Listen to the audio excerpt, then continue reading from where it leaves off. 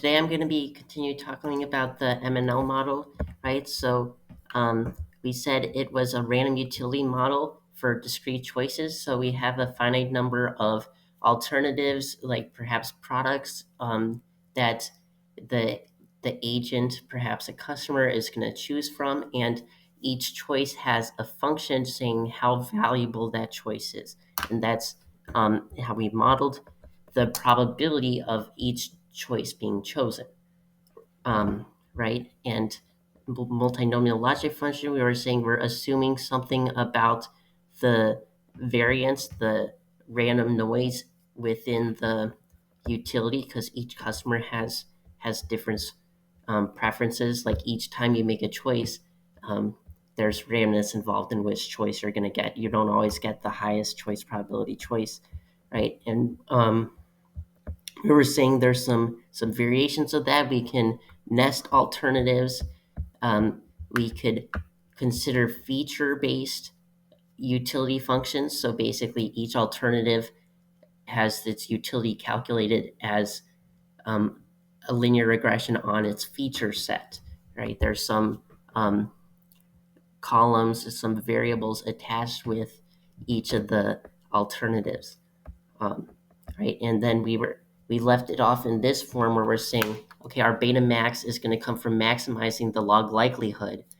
But like we didn't talk about what is this optimal solution beta hat actually equal to. Well, here, like we see, this is a hard optimization problem. We're not going to have a closed form for beta hat because beta hat is nested inside this complicated function, right? If we wanted to find a solution, just like plug it into an optimizer and do like Neldler-Mead or some other branch and bound gradient descent similar model, like testing out different points and iteratively getting to a better point. That's and then just like whichever is the best one that you've experienced, you're gonna say is close enough to the optimal solution that you're going with it, right? And in mixed logic, that like that would make it even harder to optimize if we had a complicated function g. But if you just like plug it into Neldler-Mead, like you'd get some solution. It might not be like super accurate if you have a small data set and you have so many parameters and so many functions, right? You would need a larger data set, and you would have to be pretty certain that it does fit this model, right? Ideally, you would get low error on the training data set, right? But like, let's go back to the MNL without features. We just had our choice probability QI, and then we were also considering like what assortment is available SK. But for now, like let's just say there's only a single assortment of products available, right? Like we have one set of alternatives, and we're optimizing given our training information on that set. If you wanted to train on another set of alternatives, you would basically need to start over. Your information given one presence of all assortments is not directly transferable to given the other assortments, right? So we're just gonna like if we had k assortments, we would separate it into k different maximizations to find our QIs, right? So our QI, we said it was a function of mu, the mean utility for that alternative, right? And all the other alternatives, the utilities also matter, right? We were saying it was the soft max of mu at index I, which is the same as saying exp mu I over sum over j exists as, let's say s is our set of alternatives, exp mu j minus mu I. So we need the utility of each alternative and then subtract it from our current alternative in the denominator. Right? And if we think about, like often we kind of mentioned this, but not explicitly, like if we think about I equals 0, let's say this represents no alternative is chosen, right? If we have a products shop, we're saying like the customer didn't buy anything, they chose none of the alternatives. So if we wanted something to represent that, then we would want mu of 0 to equal 1, and like we would just have exp mu I over 1 plus some j exists as exp parentheses in the wrong place. So my exp, last time I was doing e to the power of, that's the same thing, right? And then we want to find these choice probabilities given a data set, right? So we can have yi is the experienced proportion of samples that chose alternative I. And so intuitively, we would think that q hat I equals yi over the sum of the y's, right? Because, okay, if we add the total proportion, that's going to be 1, and yi in our numerator is the proportion that we want. Like, we're just estimating the true probability as the experience proportion. But yi could be something else. It could be like, instead of saying proportion, we don't need to say proportion anymore, right? Now we can just say volume, because if you have the total volume in the denominator, like the number of times, or just straight up number of samples that chose alternative I. Or it could also be some continuous function, like saying this was the value of oil sold on the market, this was the value of coal sold on the market for that day, and then we have multiple samples that are different days. Yeah, and then like, so this seems like a pretty obvious result, but is that really the same as doing this thing? And like, what would be our mu in that scenario? Well, we're not finding mu. We're actually just finding choice probability, because that's what's more important for the model. If we wanted to find mu, that would be another hard optimization problem. Yeah, so we can think about how do we prove that this is the max to this function. That, like, we want this to be the maximum log likelihood estimator, not just some randomly chosen estimator, right? Or because perhaps there would be one better than that. So let's say q hat is coming from maximizing over the sum of our samples k, or no, let's just say our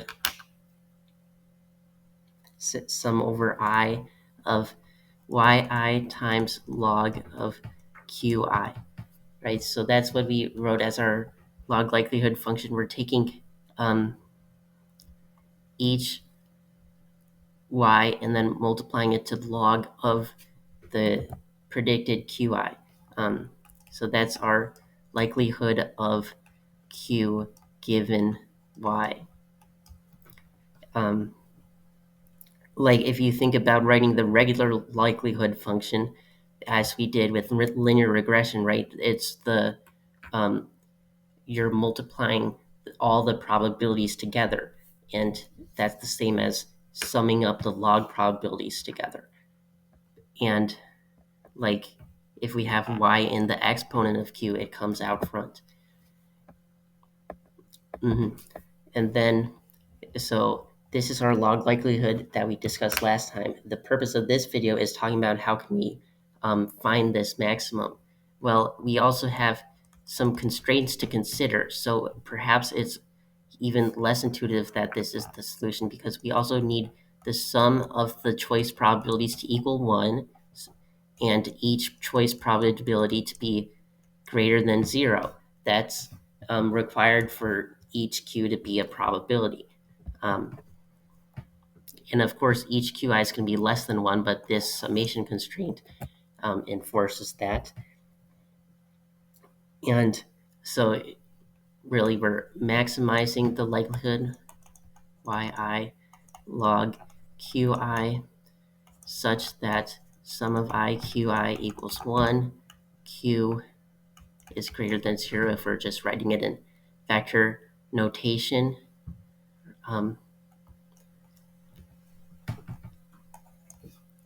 Right, if we were writing this in vector notation, it would be q transpose times 1, or 1 transpose times q, like a vector of 1s being multiplied by q. And then like this thing, right, we just have the y's and the subscripts. So we have the log being applied here, right? So it would be y transpose log q if we were writing it in vector notation. But let's keep the subscript I in our head too, right? So you're thinking that, like, yeah, this is a linear program. You could just plug it into simplex and LP solver and get the solution, right? But it's actually like a very simple one. Like if we look at this constraint, we're just saying sum of qi equals 1. We can use traditional optimization techniques to get the answer faster,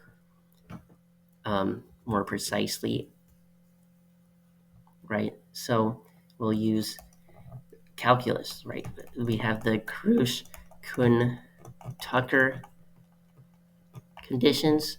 So this is like a little different than just setting the first derivative equal to 0. We're saying if we have constraints, we want those to be embedded in our first order condition so that we get a solution that's optimal and feasible.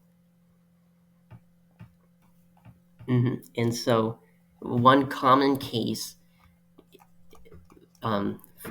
derived from these conditions is if we take the maximum over x of f of x given sum over I j x j equals bj for all j, right? So going over the different constraints j, I wrote xj, I mean xi, right? Or if we're writing this in vector notation, we're saying the maximum over x of f of x, like this is really f of x1, x2, etc., times a transpose x equals to b. So b is now a vector, a is now a matrix, x is now a vector.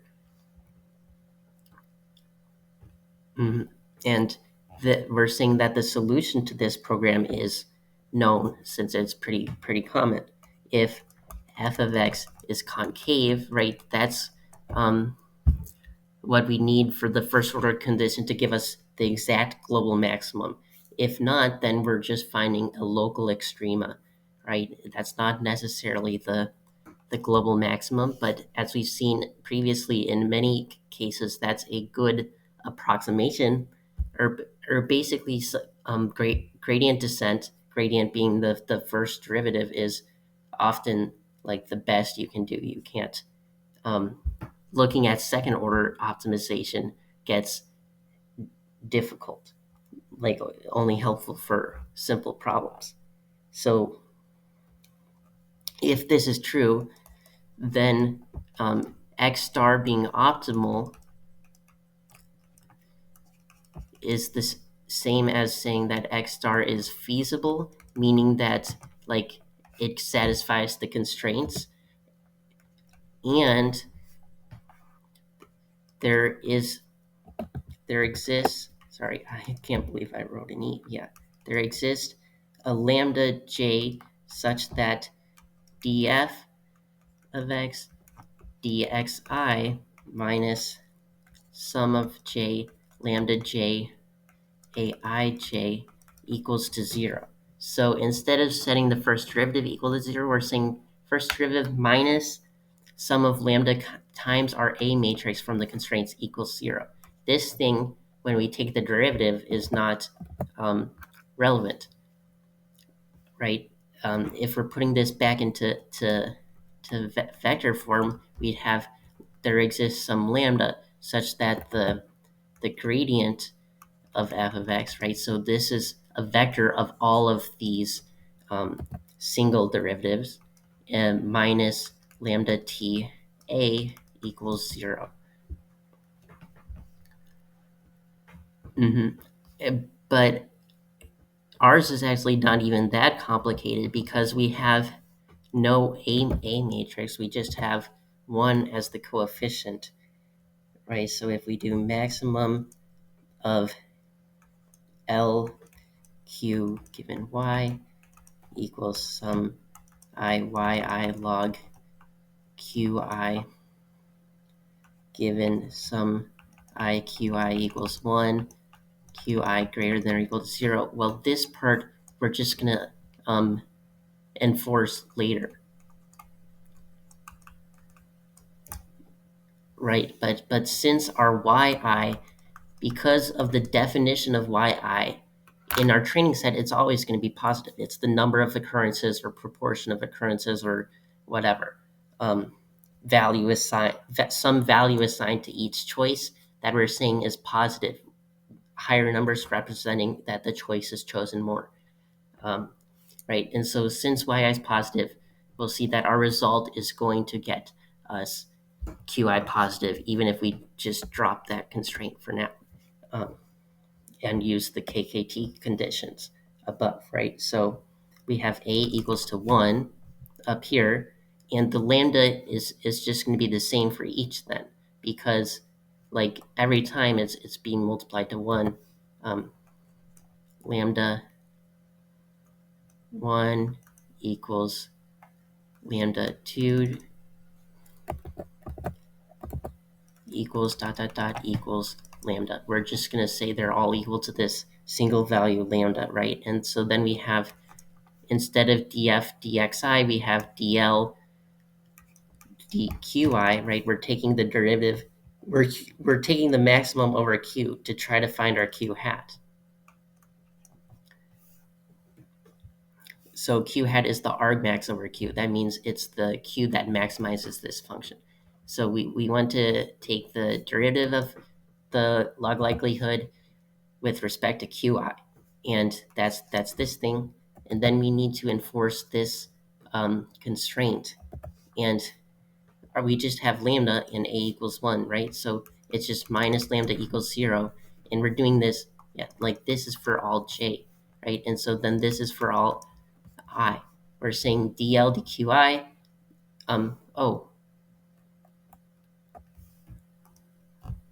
yeah, still for all I, right?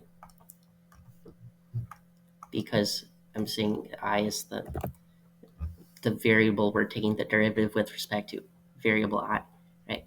So dl dqi minus lambda equals 0 for all of them, right? Or if we're writing the gradient of L of q minus lambda equals 0, like, so the gradient equals the lambda, or rather like dl dq1 equals dl dq2 equals dl dqn if we have n choices, right? And so here I'm kind of abusing notations because this is a scalar and this is a vector of those scalar values shaped to the right dimension, right? It's just lambda repeated n times in a vector. But anyways, like we're just setting all of those first derivatives equal to lambda. So that's not too difficult a result. We just need to find what is our dl dqi. Well, we're taking the derivative of this function with respect to one of the i's, right? So we have like y1 log q1 plus plus log yn log qn, and we're just taking the derivative with respect to q1 or qn or whatever, right? And so that's just going to be yi over qi, because derivative of log is 1 over. Yeah, we have yi over qi, and we're setting that equal to lambda, right? And so, in other words, qi, what we're looking for is yi over lambda, and then we think, this just says there needs to exist a lambda for this solution to be optimal, right? What lambda makes the sum of q equal to 1 and each q positive?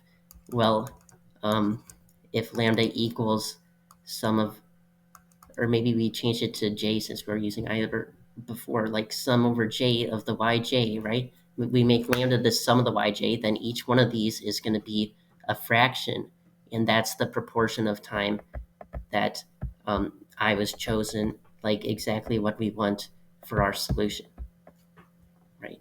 So qi, and then, yeah, I mean, we could have even started calling it hat here, where we set the gradient equal to lambda. That's when I'm going from a general qi to specifically the optimal one satisfies this equation. So q hat I equals yi over sum of j yj.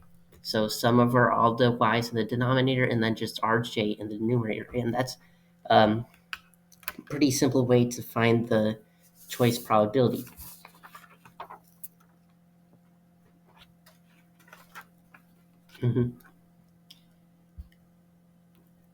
Now let's move on to the next topic with MNL.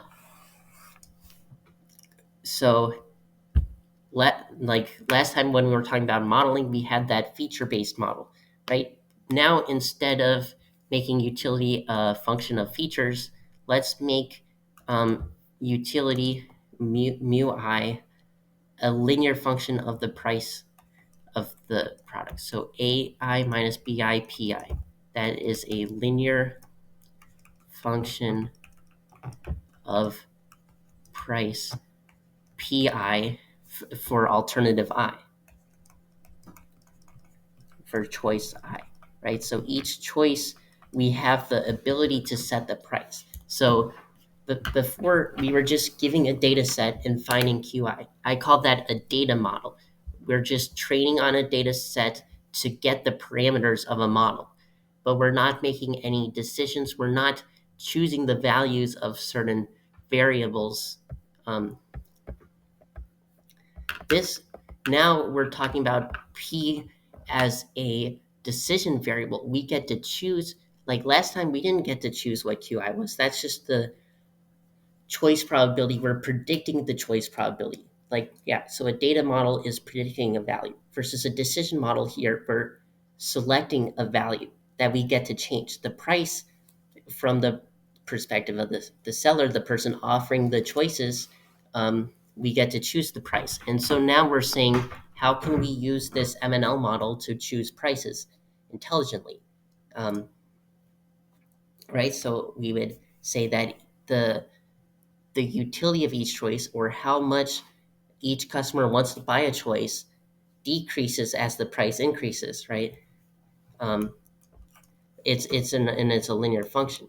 So if we think, well, it doesn't matter which axis is which, but if we had mu and p, or no, maybe we think p and mu, right?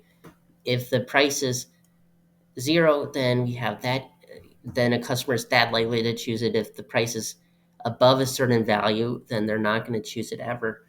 But most of the time, we're going to be somewhere in here where, like, changing the price decreases the chance that the customer will buy it, or rather the utility to its customer, and it depends on what other options are available, because that's the whole thing of the MNL model. It's about choice probabilities. We have a set of choices being compared against each other. It's not just one versus none. Yeah.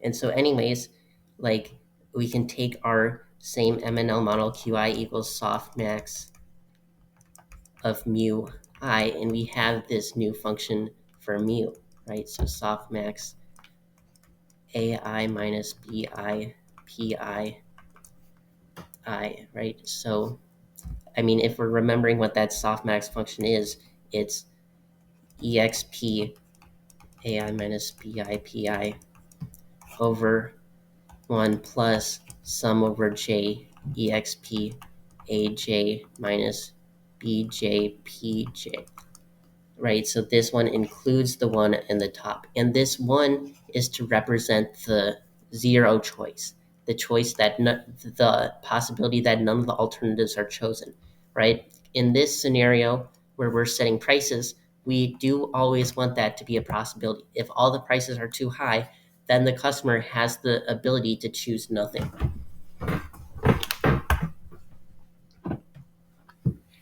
With removing that, then there would be too much of an incentive to increase prices because you're assuming that the customer has to buy something.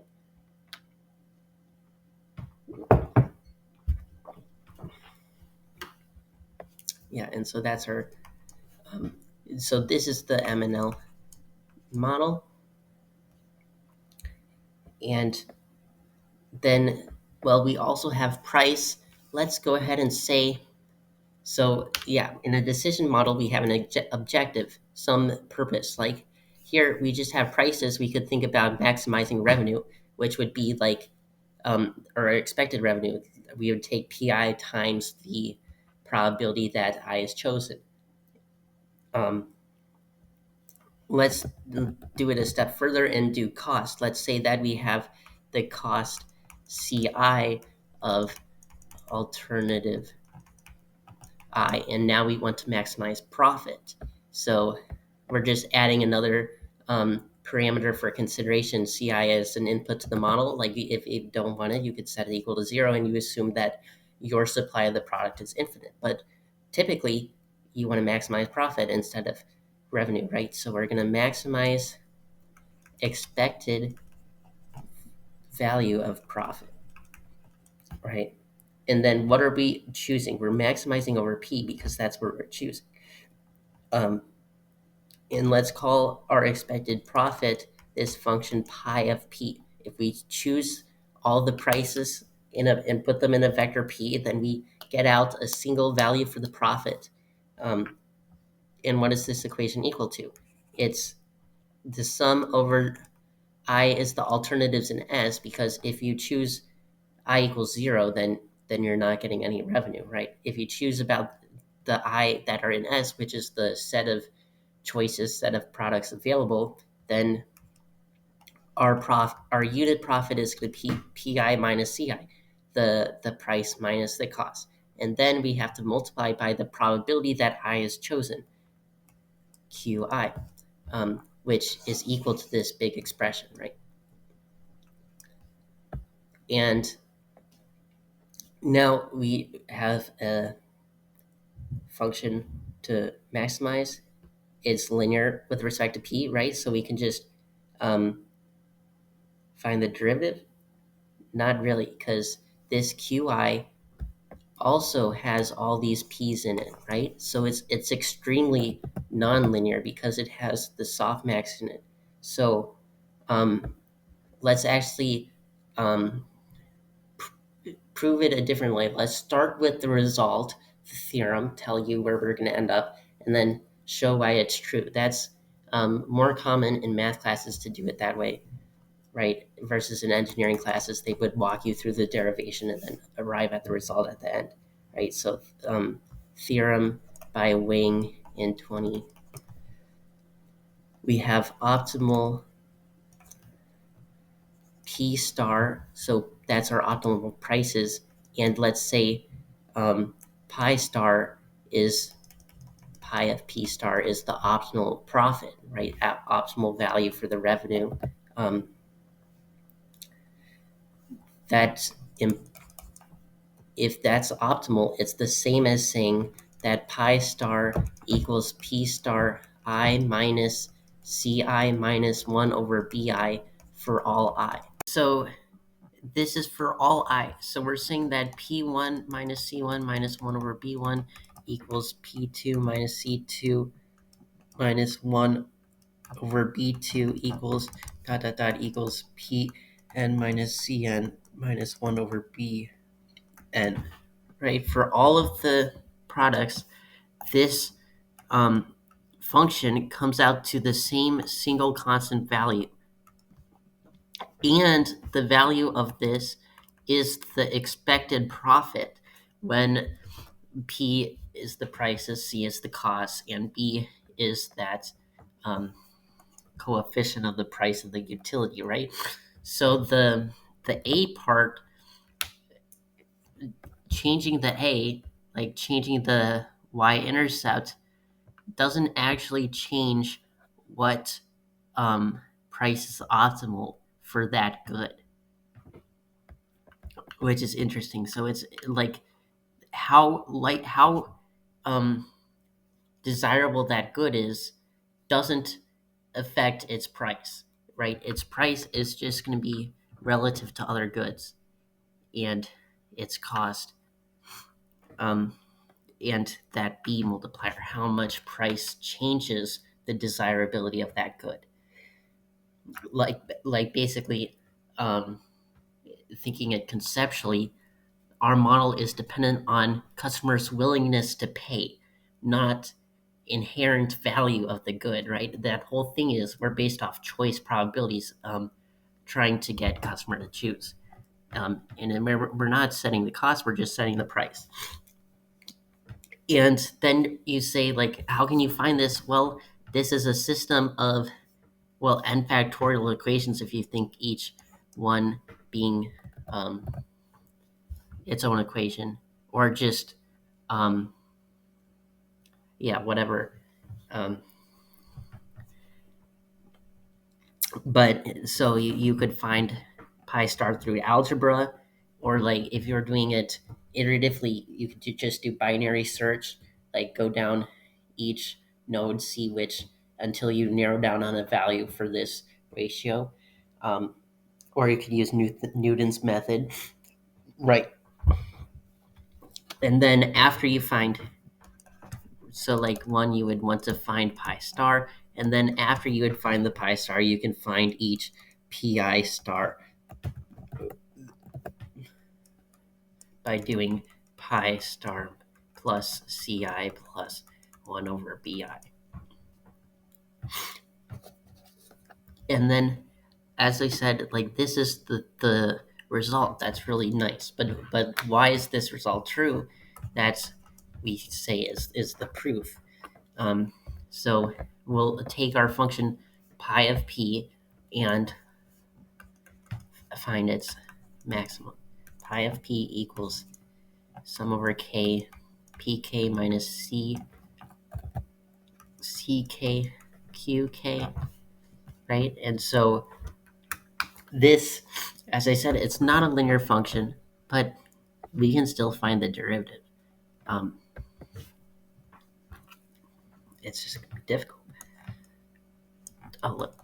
So d pi dp1, right? So this is the derivative of the profit function with respect to price I.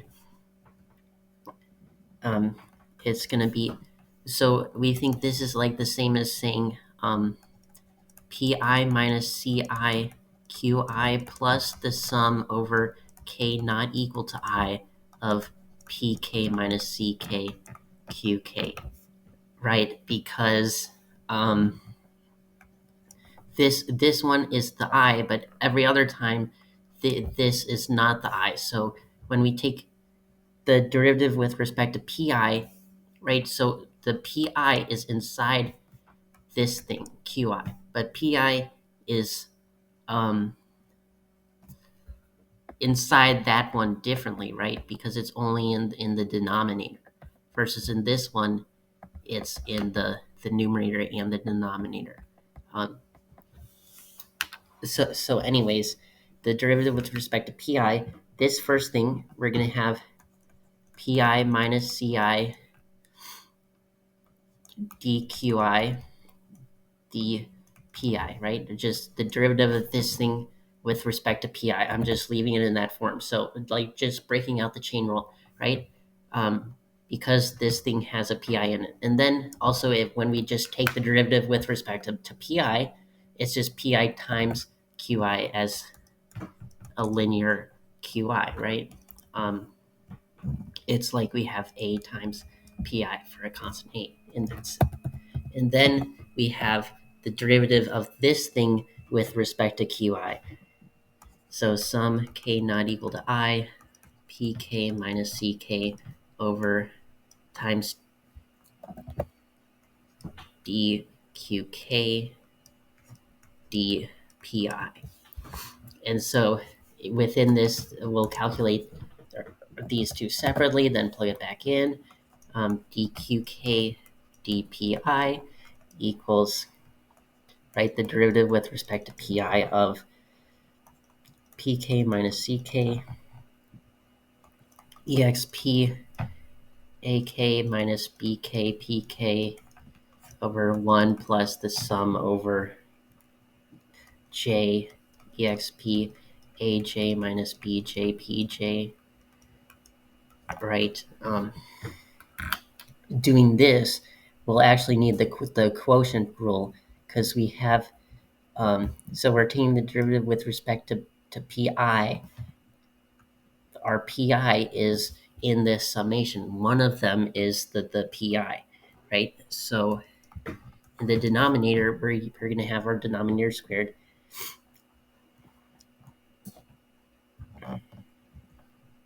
One plus sum over j exp, or yeah, aj minus pj squared. And then in the numerator, right, u dv v du, 0 plus for the first one, and then exp ak minus bk pk, and then bi, and then exp ai minus bi pi. And when we simplify, we can simplify this a little, because like we had so we factor out the bi, and then we have this thing and this thing both over that, right?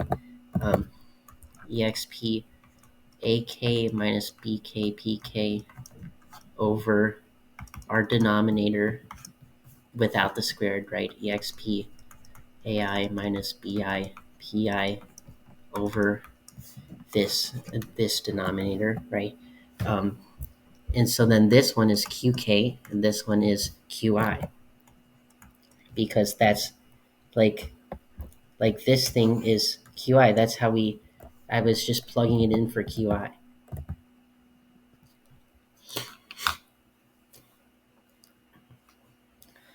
right?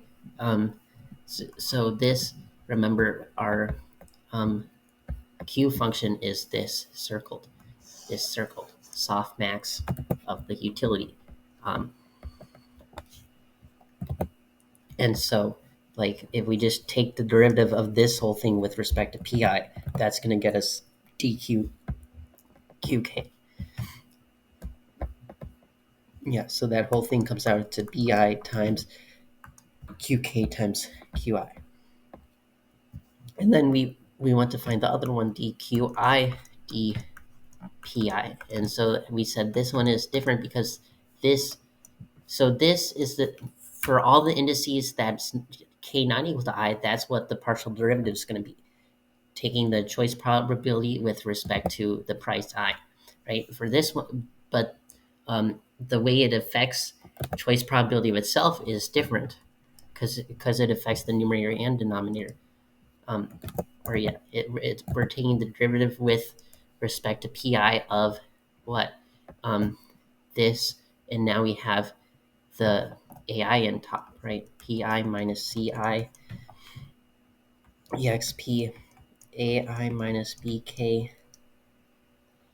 I mean bi pi over 1 plus sum over j exp aj minus bj pj. And then what does that come out to? Well, we have to use the quotient rule again, right? The denominator is going to be the same as last time.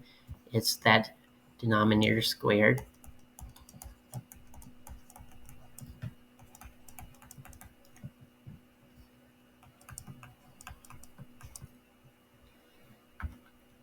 then the numerator we're going to have, since this one has a pi in it, right?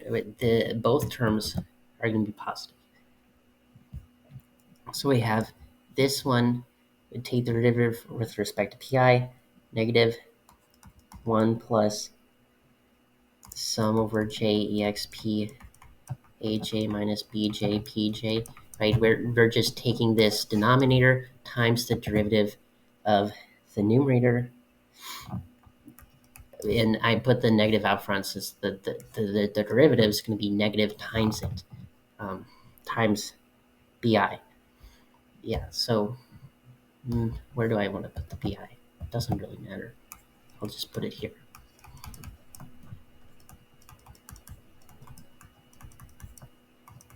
And then we have plus what? The derivative of the numerator times the numerator times the derivative of the denominator, the original denominator.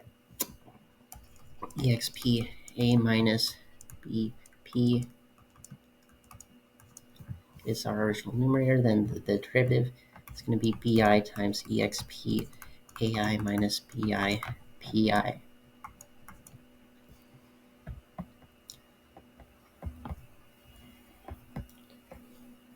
Right, and this whole thing, if we think about doing that same sort of factorization, this and these means we just have one, right? And then, so we're left with this one over this original denominator. And so that's our qi, right? So this whole thing is negative bi qi. And then this one, we're going to have two choice probabilities. This one's going to give us the qi, and that one's also going to give us the qi. So we have bi plus bi times qi squared. And so we want to plug it into this derivative to get the total derivative dp d pi dpi derivative of profit with respect to price equals negative pi minus ci bi qi 1 minus qi, because I'm taking this thing. So if we add them all up, qk, so the sum over k not equal to I of qk equals 1 minus qi. So I'm kind of just like doing that step at the same time, right? But then this middle thing is still qi.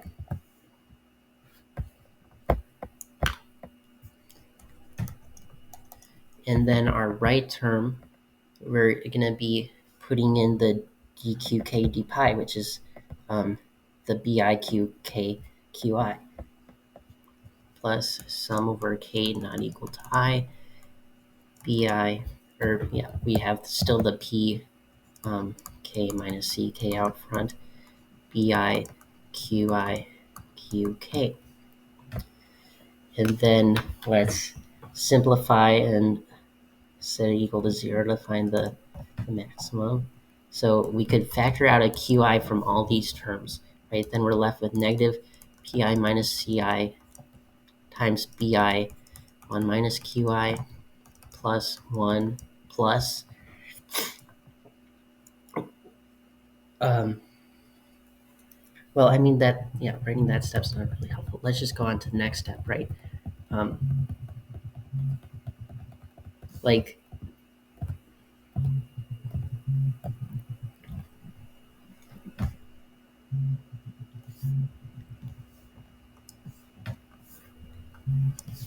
right, so qi, factoring this out, and I want to distribute these parentheses, and I'm gonna like bring one of these over there in the addition, right? Like this step, like if you look at it for a second, you should be able to see the algebra pretty simply.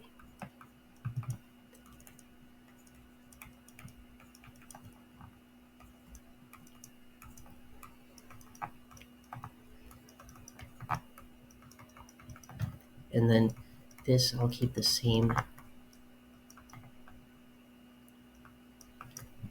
just factor out the QI, right? So we factor out the QI, and now I'm noticing that this thing plus this thing is the sum over all k, right? Because sum over k not equal to I, plus I is the sum over all k, right? So we have bi times the sum over k, pk minus ck, qk, factoring out the bi. And what is this big thing? That should be familiar. That's our function for the profit. We took the derivative of profit. And so we can express this derivative as a function of the profit, right? That's differential equation. And as we saw, our result is just dependent on the actual function, but like we got it through differential equation. Right? So this thing is the expected profit function, which is the same as that, right? So it's bi pi. And so that's qi negative pi minus ci bi plus 1 plus bi pi. And then we want to set this equal to 0, right? So we have negative pi minus ci bi plus 1 plus bi pi equal to 0. Yeah, or maybe let's just write that's what the derivative equals. D pi d pi. And then this is when we get p star and pi star, right? And now let's go ahead and solve for pi star, and then it's going to match that form we had up above, right? Let's divide all by bi, move the stuff over to the other side. Pi equals pi minus ci bi minus 1 over bi, which is p minus c, pi minus ci minus 1 over bi, which is exactly the result we wanted. So I know that was a lot for a proof, but let's go over that general concept of the price-dependent utility, right? So we had still M and L for the choice probabilities, but now the utility was dependent on the price, right? So we had alternatives 1 to n with certain utilities, prices, and costs, and then we chose the best prices by maximizing the expected profit. And we got this optimal solution where pi equals pi minus ci minus 1 over bi for all I. And so, let's talk about what this bi means, because that's an important parameter. It's the price sensitivity, right? It's the scalar that multiplies by price in determining how much the customer wants the product, right? So if you increase bi here, then you would decrease pi minus ci to maintain the constant profit, right? So this unit profit will decrease. You're setting p with a lower unit profit if you increase bi, right? If you were to increase ci, for example, that means we had a higher cost product. Then you would have to decrease bi or increase p. So that means there's a lower price sensitivity.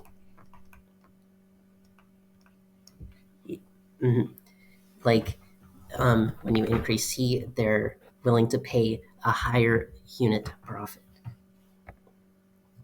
Not necessarily profit margin, which is percent profit, just higher gross profit when the cost is high. And let's move on to the next topic. Now we have another decision model. Instead of deciding prices, the other main thing we decide is what products we want to have available, right? So we could call that assortment planning or product selection, whatever you want.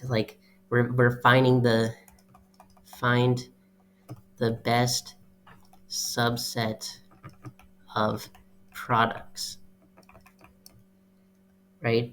And so as with before, we're going to maximize revenue, but now we're not maximizing over the prices, we're maximizing over the chosen assortment, right? So max, this is our profit. I might have said revenue minus cost, profit, expected profit, pi. Instead of writing it as a function of p, let's write it as a function of s, because that's what's changing now, is the subset of products, right? And so we would sum over the products that are selected, the price minus the cost times the choice probability of I given S and the alternative 0, right? So S union 0 means the QI depends on this S, right? It's not, the choice probability is going to change when you change what products are available. You have 10 products available, the choice probability is lower than when you have 5 products available. Right? And so let's say n is the number of products, right? So 1, 2, dot, dot, dot, n. That's like, and so our possibilities are S, for S, are a subset of this, right? So S is a subset of that. And, right, we have n products, and then we have n profit ordered, or like unit profit ordered assortments. P1 minus C1 greater than P2 minus C2 greater than dot, dot, dot, greater than Pn minus Cn. And, right, so we think about what are those profit orders. We have S0 equals 0, S1 equals 1, SK equals 1, 2, dot, dot, dot to K, right? And then K is between 0, 1, 2, N. And so, like, when we just have this function, we're maximizing the expected profit, one of the optimal solutions, one of the profit ordered assortments is going to be the optimal solution. That's a theorem by Talluri and Van Ryzen, 2004. And the optimal assortment is profit ordered, right? So basically we would form these sets S0, S1, all the way to Sn, and choose which number of products is optimal, right? And then if we said, if we want all n products, that's what one is going to be optimal. And then another useful problem is when we limit the number of products chosen, or so that would be called the size of the set S, or the cardinality. So now we want to limit cardinality of S, the chosen assortment, right? So we could have something like max pi of S such that the size of S is less than or equal to C. C is the max,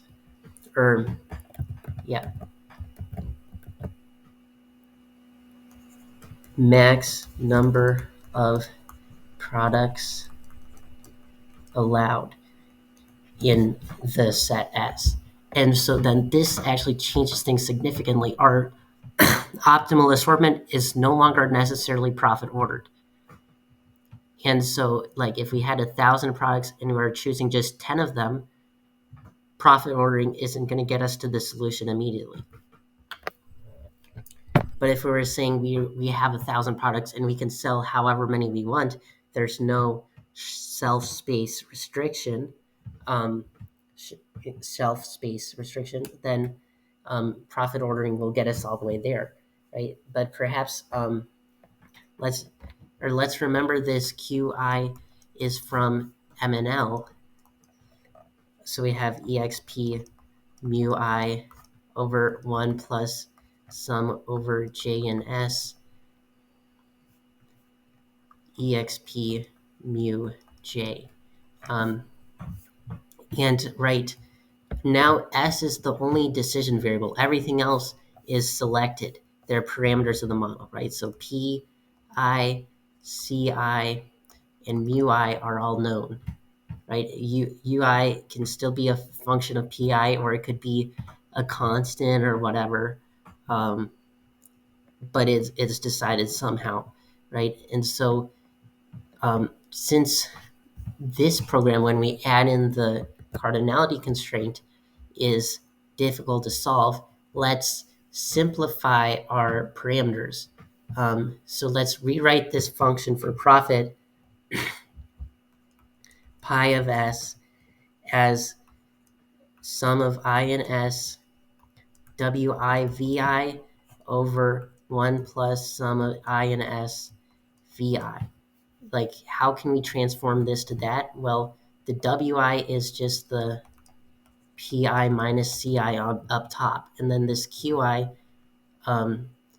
this is vi, and then this would be the other vi's, right, for vj,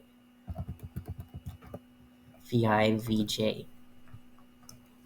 And so we'd have vi equals exp mu I. And that way, like, we can calculate all the w's and v's up front, right? And now we're left with a little simpler expression to deal with. And we still want to find the s that maximizes pi of s, right?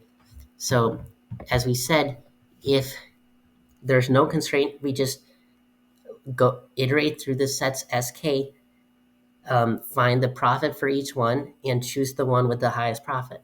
Or rather, you don't even have to go through all of them. Once your profit starts decreasing, then the maximum has already been achieved, right? But now we don't have that. We can't simply sort the index and select the products because we have this constraint that complicates things. So this program, max pi given s less than c, that's what we're going to deal with now, right? It's still somewhat challenging. So let's simplify it a bit further. Let's let lambda be less than or equal to the sum I and s wi vi over 1 plus sum I in s vi, right? So that's our profit function that we were that was the objective we're maximizing before, but now it, instead of it being an objective, it's an upper bound on lambda, right? And then we can multiply the denominator to both sides, some I and s vi less than or equal to some wi vi, right? And so the purpose of this is now this thing is independent of lambda. Like, it's already a chosen constant, and we just need to find lambda to maximize this. So our program up above, max or model, whatever, pi of s over the s such that size of s is less than or equal to c, right? This is going to have the same, or like, instead of doing this, we can now do maximum over pi, a maximum over lambda, sorry, such that lambda is less than or equal to the maximum of this thing. Maximum s such that size of s less than c, sum of I and s right? There's still the sum in I and S of Wi minus lambda Vi. All right, okay, so I wasn't explaining it perfectly before. I am doing a little algebra to get to there, right? Multiply out the lambda, and then we get lambda plus some I and S, lambda Vi, and then we subtract that from both sides, right? So lambda less than or equal to Wi minus lambda Vi, and then summation, yeah. Okay. That algebra was a little messy, but I mean, it's pretty simple. And so we have an equivalent program that's easier to find the solution of, right? And we can map back to the original solution. So let's let S of lambda. So this is going to be the assortment given assortment for a chosen lambda, right? So we have to choose the maximum lambda, but we don't know which lambda is maximum. So if we were going to just to choose a random lambda, the S that does this is the S that maximizes this, right? And since we're saying it's the argument that maxes it, we'll write argmax. Like it equals the S such that size S is less than C, and this function is maximized.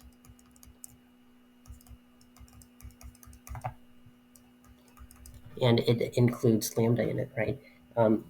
And so, as I said, let's write that in writing. There is some lambda such that S of X produces optimal pi star, right?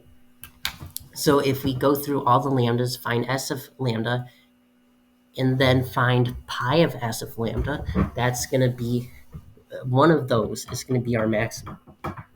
But now we think about what lambda do we have to try. There's, as I've written it, there's infinite many possibilities, but actually we only need to look at like critical lambda where there's potentially a change, right? So we can look at H0 of lambda equals 0, and then Hi of lambda equals Wi minus lambda Vi for all like I that are in our possibilities, right? Products 1 to n are possible. Yeah, that's our set of possibilities.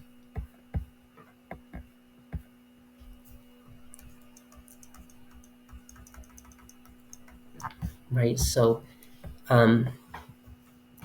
these are going to give us n plus 1 lines, right? Because this is n lines, and then here's another one, just y equals 0, the x-axis.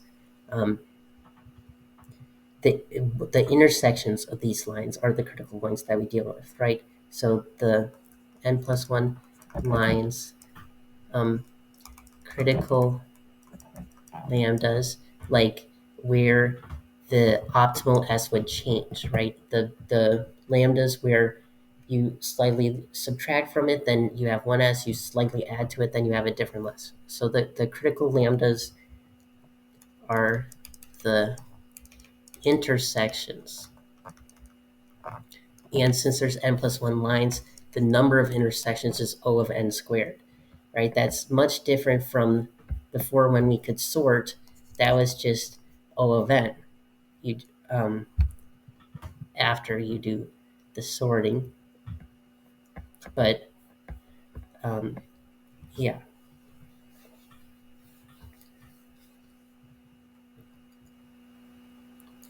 So you can compute the intersecting lambdas. That would be the first step.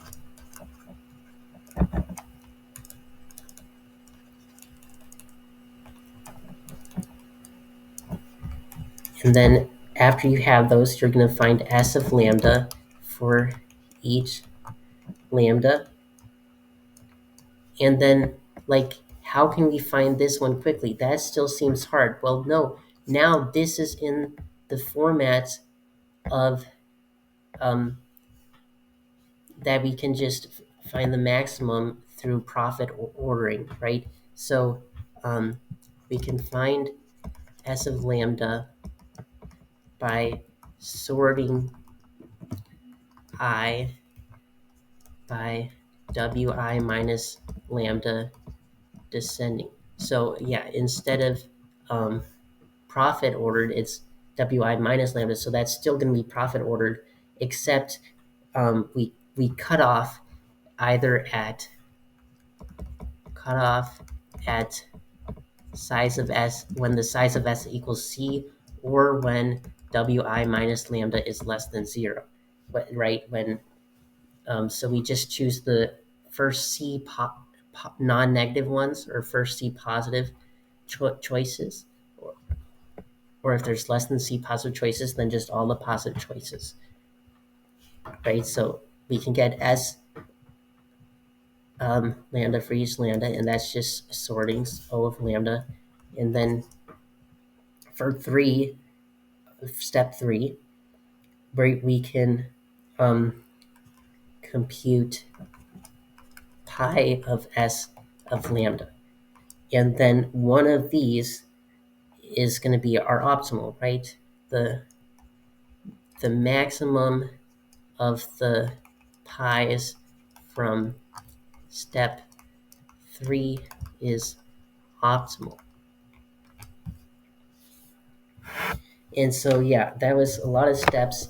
Let's go through an example by Xiaobo Li at National University of Singapore.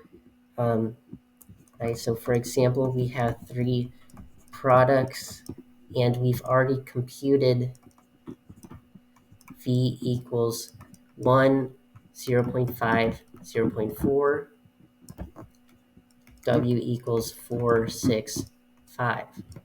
And so as I said, okay, this isn't exactly in terms of price and cost and utility, right? But like you can easily compute these values. And like, let's just say we chose some P as C mu so that these values were nice and came out to those, right?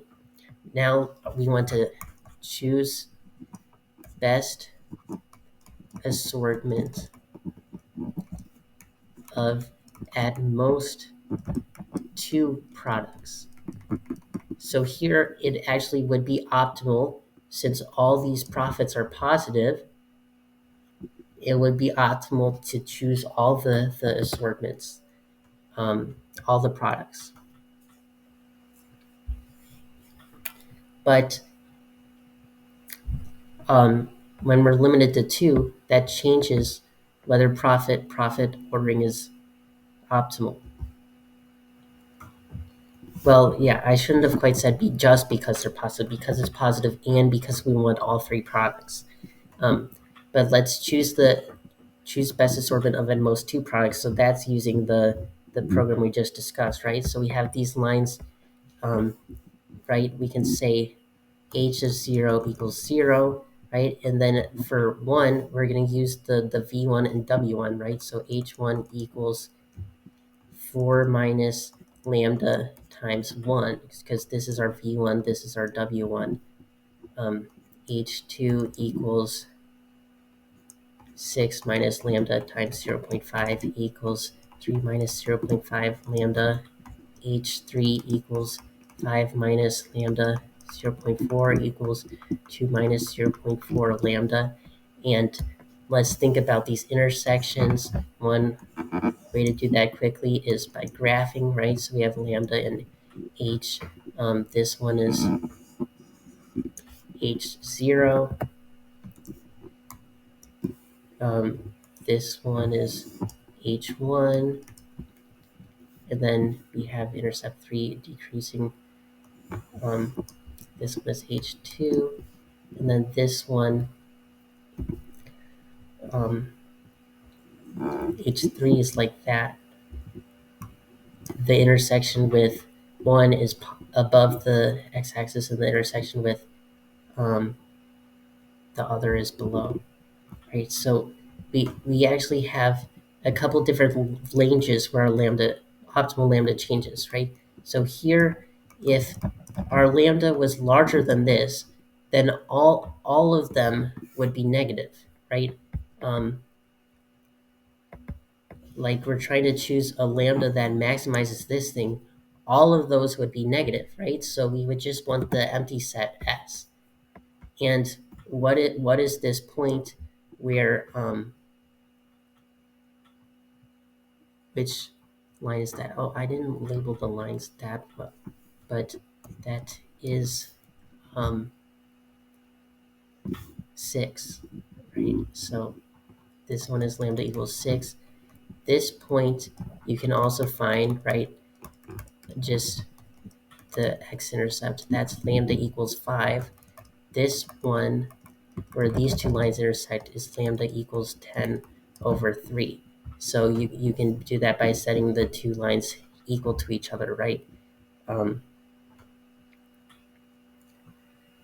Yeah, and so when lambda is between 6 and infinity, then S equals empty set is optimal. But in this range, then we do have one H that is positive. It's that H 2. Yeah, here's where I really wish. Okay. No, that's not right. H2.